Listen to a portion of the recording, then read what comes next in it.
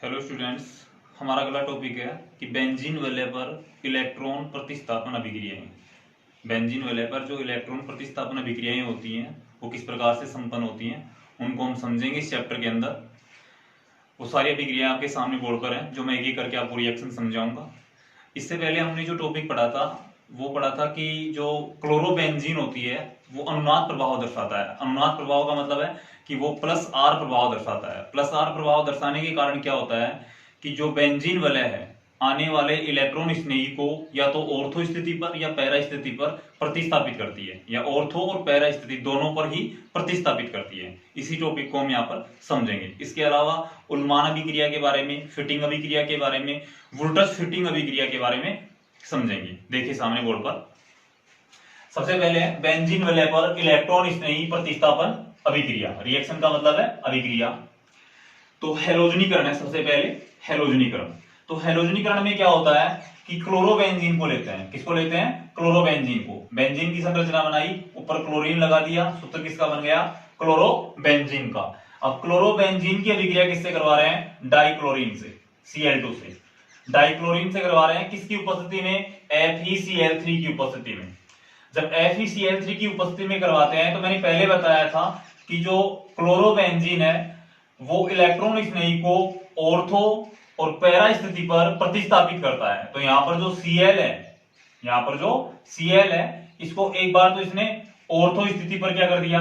प्रतिस्थापित कर दिया। और सेकंड में पैरा पे, इसको तो ऑर्था बोल और इसको पैरा बोलेंगे। और ये जो सिचुएशन है इसको क्या बोलते हैं? मेटा बोलते हैं। तो ऑर्थो स्थिति पर प्रतिस्थापित किया और पैरा पे, तो इसे क्या कहेंगे? Ortho dichlorobenzene. और इसका नाम क्या होगा? Para dichlorobenzene. ये ऑर्थो स्थिति है, ये मेटा स्थिति है और ये पैरा स्थिति है। तीनों स्थिति आपको मैंने पहले बता दी थी, ऑर्थो, मेटा और पैरा। ठीक है, तो इसे क्या बोलेंगे? ऑर्थो डाइक्लोरोबेंजीन, इसे बोलेंगे पैरा डाइक्लोरोबेंजीन। दो उत्पाद प्राप्त हो गए। अब साथ में हमारे यहाँ पर कितने Cl थे? 2 Cl थे, लेकिन Cl तो एक ही आ रहा है ना अभिक्रिया के अंतर्गत। एक Cl कहां चला गया? जब एक Cl यहां पर अटैक करता है तो यहां से हाइड्रोजन बाहर निकलता है और एक Cl उसके साथ यानी HCl का निष्कासन हो जाता है। HCl का क्या हो जाता है? निष्कासन हो जाता है। ये थी आपकी हैलोजनीकरण अभिक्रिया। सेकंड अभिक्रिया है सल्फोनीकरण। तो नाम से स्पष्ट है, सल्फोनीकरण यानी कि सांद्र H2SO4 के साथ अभिक्रिया करवाएंगे। किसकी? क्लोरोबेंजीन की। तो क्लोरोबेंजीन का सूत्र वही है। किसके साथ अभिक्रिया करवा रहे हैं? सांद्र H2SO4 की। सांद्र H2SO4 के दो चीजें होती है, मैंने आपको पहले भी बताया था। एक होती है सांद्र और एक होता है तनु। तो सांद्र कैसे बनता है? मान लो 1 लीटर जल है, 1 लीटर जल है, अगर उसके अंदर 340 ml हमने H2SO4 जो प्योर H2SO4 मिला दिया तो क्या बन जाता है? सांद्र। और 140 ml मिलाते हैं 1 लीटर के अंदर तो क्या बनता है? तनु। तो सांद्र H2SO4 के साथ अभिक्रिया करवाते हैं तो इसमें क्या होता है कि एक हाइड्रोजन यहां से निष्कासित होता है, ठीक है, और एक हाइड्रोजन जहां पर ये एक ऑक्सीजन यहां से निष्कासित होगा, ठीक है, और जहां पर ये अटैक करेंगे HSO3 या SO3H बोल सकते हो आप उन्हें, एक हाइड्रोजन वहां से निष्कासित होगा। तो दो तो हाइड्रोजन हो गए और एक ऑक्सीजन हो गया, यानी H2O का निष्कासन हो जाएगा और SO3H है वो ऑर्थो स्थिति पर और पैरा स्थिति पर प्रतिस्थापित हो जाएंगे। मैंने पहले भी बताया था कि क्लोरोबेंजीन ऑर्थो स्थिति पर और पैरा स्थिति पर ये प्रतिस्थापित करता है, तो इसका नाम क्या हो जाएगा? ऑर्थो क्लोरोबेंजीन सल्फोनिक अम्ल। इसका नाम हो जाएगा पैरा क्लोरोबेंजीन सल्फोनिक अम्ल। किसका निष्कासन हुआ? H2O का निष्कासन हुआ। निर्जलीकरण भी आप इसे कह सकते हो, निर्जलीकरण भी आप इसे कह सकते हो कि निर्जलीकरण यहां पर हो रहा है। नेक्स्ट अभिक्रिया हमारी नाइट्रीकरण। कौन सी है? नाइट्रीकरण। नाइट्रीकरण में क्या होता है कि नाइट्रीकरण के अंदर जो क्लोरोबेंजीन होता है उस क्लोरोबेंजीन की अभिक्रिया सांद्र H2SO4 और सांद्र HNO3 दोनों ही प्रबल अम्ल है, दोनों ही प्रबल अम्ल है, उनके साथ करवाई जाती है। बाकी सब निष्कासित हो जाते हैं, लेकिन जो NO2 समूह है, NO2 समूह है वो ऑर्थो स्थिति पर और पैरा स्थिति पर जुड़ जाता है, जिससे हमें उत्पाद के रूप में ऑर्थो नाइट्रोक्लोरोबेंजीन और पैरा नाइट्रोक्लोरोबेंजीन प्राप्त हो जाते हैं। इन्हें गर्म करना पड़ता है। देखिए क्लोरोबेंजीन हमने लिया, सांद्र H2SO4 और सांद्र HNO3 के साथ अभिक्रिया करवा रहे हैं। तो NO2 समूह है जो ऑर्थो स्थिति पर जुड़ गया, Cl तो अपनी जगह पर ऐसे कैसे है, यहाँ पर भी Cl अपनी जगह पर ऐसे कैसे है, NO2 पैरा स्थिति पर जुड़ गया, ऑर्थो नाइट्रोक्लोरोबेंजीन, पैरा नाइट्रोक्लोरोबेंजीन। इसके अलावा जो उत्पाद के रूप में है वो सारे क्या हो जाएंगे, बाहर निष्कासित हो जाएंगे, बाहर निष्कासित हो जाएंगे, हमें मुख्य रूप से ये उत्पाद प्राप्त होंगे। तो ये तो थी बेंजीन वेलेपर इलेक्ट्रॉन स्नेही प्रतिस्थापन अभिक्रिया। उसके बाद हम पढ़ेंगे धातुओं से क्रिया। तो सबसे पहले सोडियम धातु के साथ क्रिया, Na के साथ क्रिया। तो Na के साथ क्रिया करवाते हैं तो क्या करते हैं, क्लोरोबेंजीन के दो अणु लेते हैं, क्लोरोबेंजीन के दो अणु लेते हैं, एक तो क्लोरोबेंजीन का अणु ये रहा और एक क्लोरोबेंजीन का अणु ये रहा। ये बेंजीन की संरचना है और यहाँ पर Cl जुड़ा हुआ है, ये बेंजीन की संरचना है और यहाँ पर Cl जुड़ा हुआ है, तो क्या हो गया, क्लोरोबेंजीन। दो क्लोरोबेंजीन के अणु हमने ले लिए और दो सोडियम के अणु ले लिए, दो सोडियम अणु ले लिए। इनकी अभिक्रिया ड्राई ईथर यानी शुष्क ईथर, ड्राई ईथर का मतलब क्या है, शुष्क ईथर की उपस्थिति में करवाते हैं।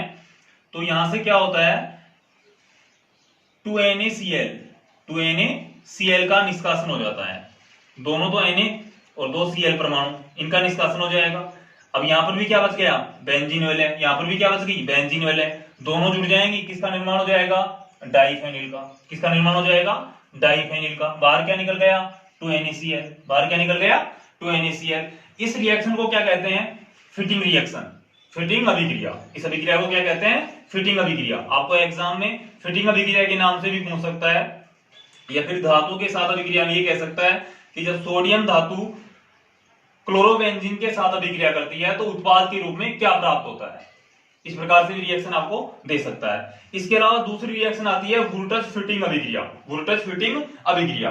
उसके अंदर हम क्या करते हैं, क्लोरोबेंजीन की अभिक्रिया, दो सोडियम परमाणु, उसके अलावा CH3, क्या बोलेंगे, methane chloride, methane chloride CH3Cl, इसके साथ करवाते हैं। तो यहां पर भी 2NaCl का तो क्या हो जाएगा, निष्कासन। जब 2NaCl का निष्कासन हो गया तो यहां पर सिर्फ क्या रह गया, CH3, और यहां पर क्या रह गया, बेंजीन। तो बेंजीन के साथ जब ऊपर CH3 जुड़ जाता है तो क्या बन जाता है, टालुइन। क्या बन जाता है, टालुइन। तो किसका निर्माण होगा, वुल्टज फिटिंग अभिक्रिया के अंदर टालुइन का निर्माण होता है। वुल्टज फिटिंग अभिक्रिया के अंदर किसका निर्माण होता है, टालुइन का निर्माण होता है। इसके बाद की जो रिएक्शंस है वो रिएक्शंस है उल्मान अभिक्रिया। कौन सी रिएक्शन है, उल्मान अभिक्रिया।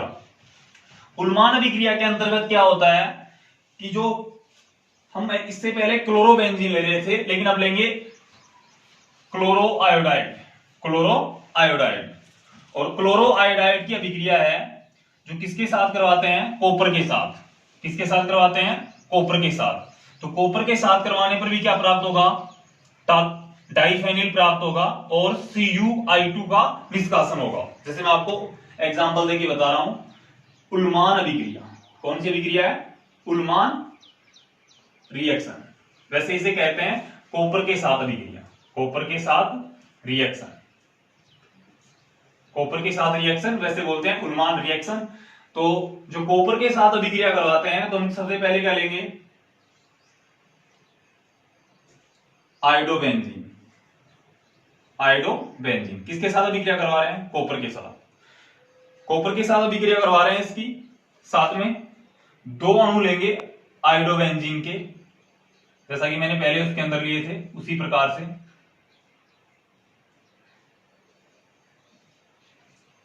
अब यहां पर भी CuI2 का क्या हो जाएगा, निष्कासन हो जाएगा। प्रोडक्ट के रूप में क्या प्राप्त होगा हमें, अब नीचे इसको प्राप्त कर सकते हो नीचे इस प्रकार से, प्रोडक्ट के रूप में हमें रिसीव होगा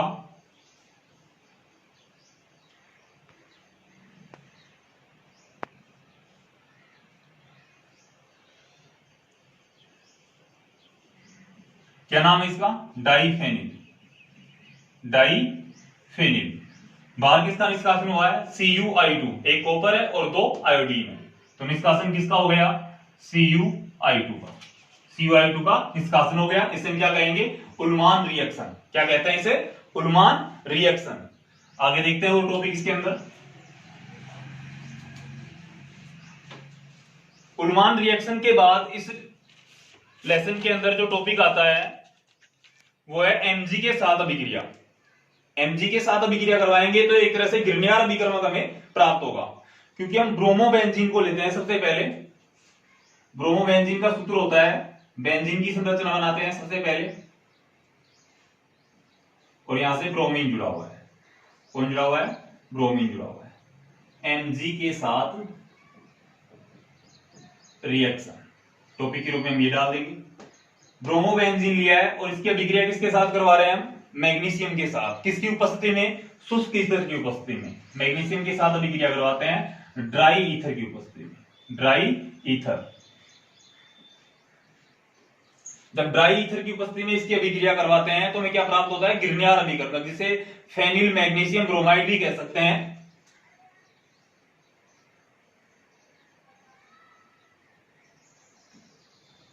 MgBr, एक तरह से ये गिरनियार अभिकर्मक भी है,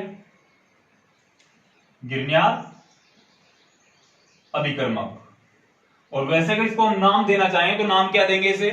phenyl magnesium bromide. Phenyl magnesium bromide, ये इसका नाम होगा। ड्राई ईथर की उपस्थिति में करवा रहे हैं, ब्रोमोबेंजीन को लेकर मैग्नीशियम के साथ अभिक्रिया करवाते हैं तो एक तरह से हमें गिरनियार अभिकर्मक प्राप्त होता है, क्योंकि गिरनियार अभिकर्मक का जो सूत्र है वो RMgX होता है। RMgX होता है। तो R का मतलब कोई एल्किल समूह है, R का मतलब कोई एल्किल समूह है, Mg मैग्नीशियम है, और X का मतलब कोई हैलोजन समूह है। तो X इज इक्वल टू क्या होता है? फ्लोरीन भी हो सकता है, क्लोरीन भी हो सकता है, ब्रोमीन भी हो सकता है, और आयोडीन भी हो सकता है। तो यहां पर क्या है? ब्रोमीन। अब अगर एरोमेटिक वैल्यू के लिए हो तो यहां पर लगा देते हैं ArMgX। तो एरोमेटिक वैल्यू कौन है? बेंजीन। तो एरोमेटिक वैल्यू होगी बेंजीन। Mg आ गया, X की जगह आ गया Br, तो इसलिए क्या हुआ? ये गिरनियार अभिकर्मक। इसलिए क्या हो गया? ये गिरनियार अभिकर्मक। तो ये थी Mg के साथ अभिक्रिया इसकी। अगर Mg के साथ अभिक्रिया आयोडाइड की करवाएं, अगर जैसे मान लो यहां पर मैं आयोडीन ले लेता हूं, एक चीज हो तो यहां पर आयोडीन ले लेता हूं और Mg के साथ ही अभिक्रिया करवाता हूं ड्राई ईथर की उपस्थिति के अंदर, तो उत्पाद के रूप में क्या प्राप्त होगा? Br की जगह क्या प्राप्त हो जाएगा? I प्राप्त हो जाएगा। क्या प्राप्त हो जाएगा? I प्राप्त हो जाएगा। ब्रोमाइड की जगह हम क्या लिख देंगे? यहां पर आयोडाइड लिख देंगे। क्या लिख देंगे? आयोडाइड लिख देंगे। लेकिन रहेगा क्या? गिरनियार अभिकर्मक। रहेगा क्या? गिरनियार अभिकर्मक। तो ये हो गई इसकी Mg के साथ अभिक्रिया। अब क्लोरोबेंजीन से गिरनियार अभिकर्मक के निर्माण के सूत्र के अनुसार अगर हम बात करें, फ्यूरेन जिसका नाम है THF काम में लिया जाता है, उसका भी एग्जांपल मैं आपको देकर बताता हूं। अगर THF की उपस्थिति में अभिक्रिया करवाई जाती है तो निर्माण कैसे हो, किस तरीके से होगा? देखिए सबसे पहले क्लोरोबेंजीन, क्या ले रहे हैं? क्लोरोबेंजीन। और क्लोरोबेंजीन की अभिक्रिया किसके साथ करवा रहे हैं हम? मैग्नीशियम के साथ। किसकी उपस्थिति में? THF। THF का फुल नाम यानी फुल फॉर्म क्या है? टेट्रा हाइड्रोफ्यूरेन। टेट्रा हाइड्रोफ्यूरेन, नाम याद रखना इसका, टेट्रा हाइड्रोफ्यूरेन।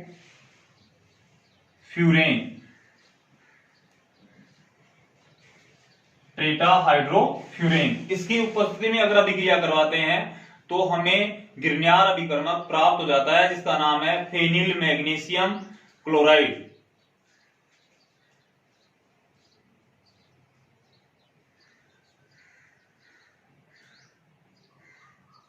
या इसको इस तरह से भी लगा सकते हो, एक छोड़कर एक द्विबंध, MgCl। गिरनियार अभिकर्मक से कह सकते हैं इसे, या फिर इसे हम कह सकते हैं फेनिल मैग्नीशियम क्लोराइड। क्या कहेंगे? क्लोराइड, इसका नाम हो गया। लेकिन ये किसकी उपस्थिति में होगा? टेट्रा हाइड्रोफ्यूरेन, THF, फुल फॉर्म है इसकी THF की, टेट्रा हाइड्रोफ्यूरेन की उपस्थिति में ये संपन्न होगा। उसके बाद आता है इसका अपचयन। अगर क्लोरोबेंजीन का अपचयन करवा दिया जाए निकेल और एल्यूमिनियम की उपस्थिति के अंदर NaOH साथ में लेकर, तो हमें क्या प्राप्त होती है? बेंजीन प्राप्त होती है। जैसे क्लोरोबेंजीन लेते हैं,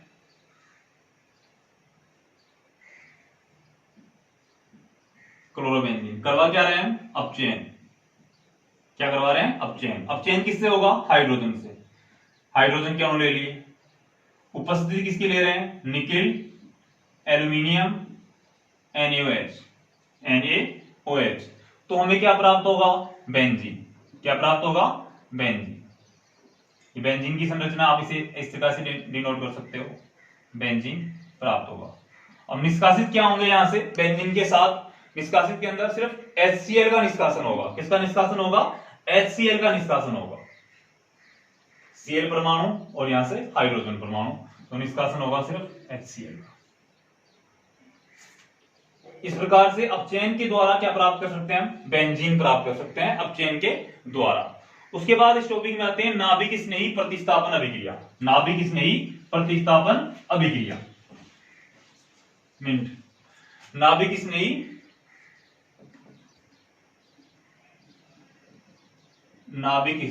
प्रतिस्थापन रिएक्शन। तो नाभिक स्नेही प्रतिस्थापन जो अभिक्रिया होती है वो हम नेक्स्ट वीडियो के अंदर पढ़ेंगे, अगले वीडियो के अंदर। ओके।